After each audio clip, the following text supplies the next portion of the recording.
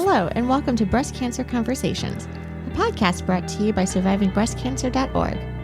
I am Laura Carfing, breast cancer survivor and founder of survivingbreastcancer.org, a nonprofit organization providing community, education, and resources to empower those diagnosed with breast cancer and their caregivers from day one and beyond.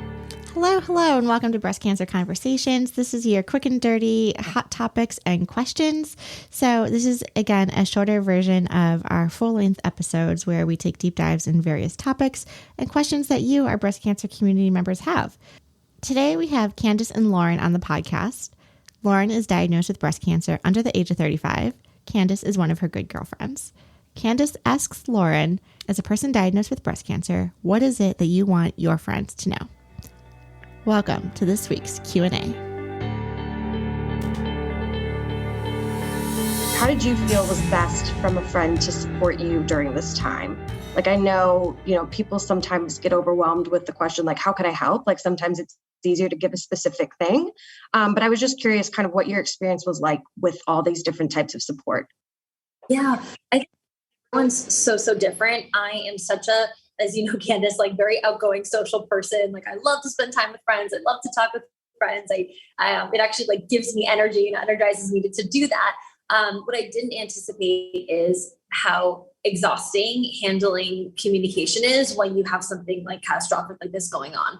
So very quickly, I had wonderful outreach and I so appreciated it, but I couldn't keep up. And I did not want to talk about it. I didn't want to keep talking about it. And, every time you talk about something, you have to relive it. And it's just, it sinks in deeper that, hey, this is your new reality. And so that was very difficult for me. I think, looking back, the ways that I feel like people can support you the most is just, not thinking too much about it, just doing whatever they think. So like, I'm a big fan of like cards, like writing a card like that and sending it to me, like means the world to me. Or, shooting a text message and just kind of being like, no response necessary. Like you get to this when you get to it. Like, I just wanted to like give you an update on my life and tell me what's going on with me and let you know how I'm thinking of you. Or, sending food is often great. And really, I think for cancer patients, sending food is really more to take care of the caretaker, not to take care of you, right? When you're going through chemotherapy, which is really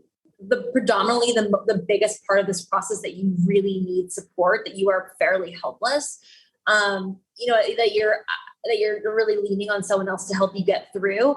You can't eat. You really struggle to eat.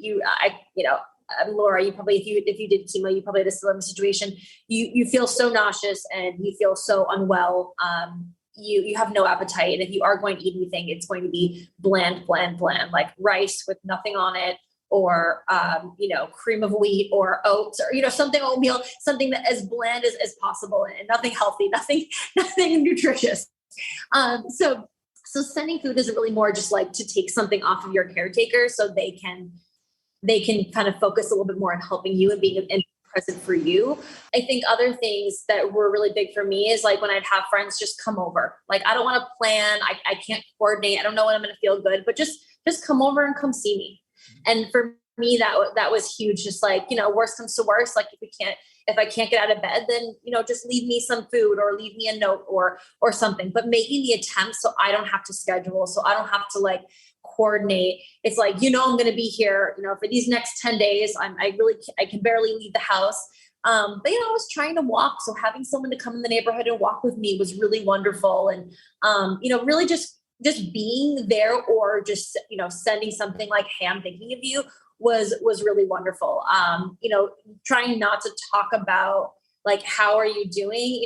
The answer is not well. And so you don't want to keep, repeating it. You don't want to sugarcoat it. And you also understand that, the person not going through it, they really can't understand what you're going through. Right. And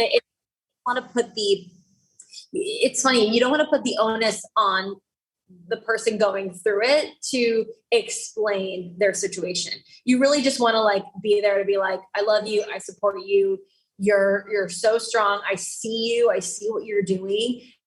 And, I'm here for whatever you need. Like, when can I come over? Or I don't care. I'm just going to come over Thursday night. And, I hope I can see, or I'm going to come over on my lunch break or whatever. And that's, to me, like, that's, my caretaker, Rob at the time, he was busy working. He works long hours. He works every day. And, there were many where I'm just like, I would just love a friend to sit here with me or to like make me laugh or distract me. I really couldn't watch TV. I didn't feel well. I could barely watch TV. I loved to read. I could not read. I was so sick. I couldn't read. So, for me, the best thing was just like, grab my dog. Let's walk together. You hold them and I'll try to walk, or, just distract me. And so for me, like, those were kind of the biggest things. And, just kind of like, don't think about it, just do it. Just do whatever you can do, whatever you can give. Right. And I think, no one expects, like, no cancer patient expects, like, you have to show up and do this, or you have to send this. It's just whatever you in your heart want to contribute is so appreciated. And so I think that, like, don't put the onus and the responsibility on, and the burden on the patient, just contribute whatever you can give would be kind of my advice. You're right. There's no wrong way to support a friend. It's just the best way to support the friend from what they need from their perspective. So, and Kenzie, she has an adorable lab, Laura, named Kenzie. And, I feel like furry friends must help so much during this process. They already are the best, but like, even on top of that, it must be great. As a dog mom to Logan, I totally agree. If you are enjoying this new short form content and have some burning questions you'd like us to answer, send me an email at laura@survivingbreastcancer.org. And thank you all for listening and tuning in week after week here on Breast Cancer Conversations. Please be mindful that all of our content and information is for educational purposes only and is never a substitute for medical advice. If you want to hang out, again, please check out survivingbreastcancer.org/events, where you can RSVP to our Thursday Night Thrivers weekly meetup, our Movement Monday classes, workshops, seminars, and so much more. We can also continue the dialogue online via social media. Our Instagram handle is survivingbreastcancer.org, all one word, and you can follow us on Twitter at SBC_ORG. Until next time, keep on thriving.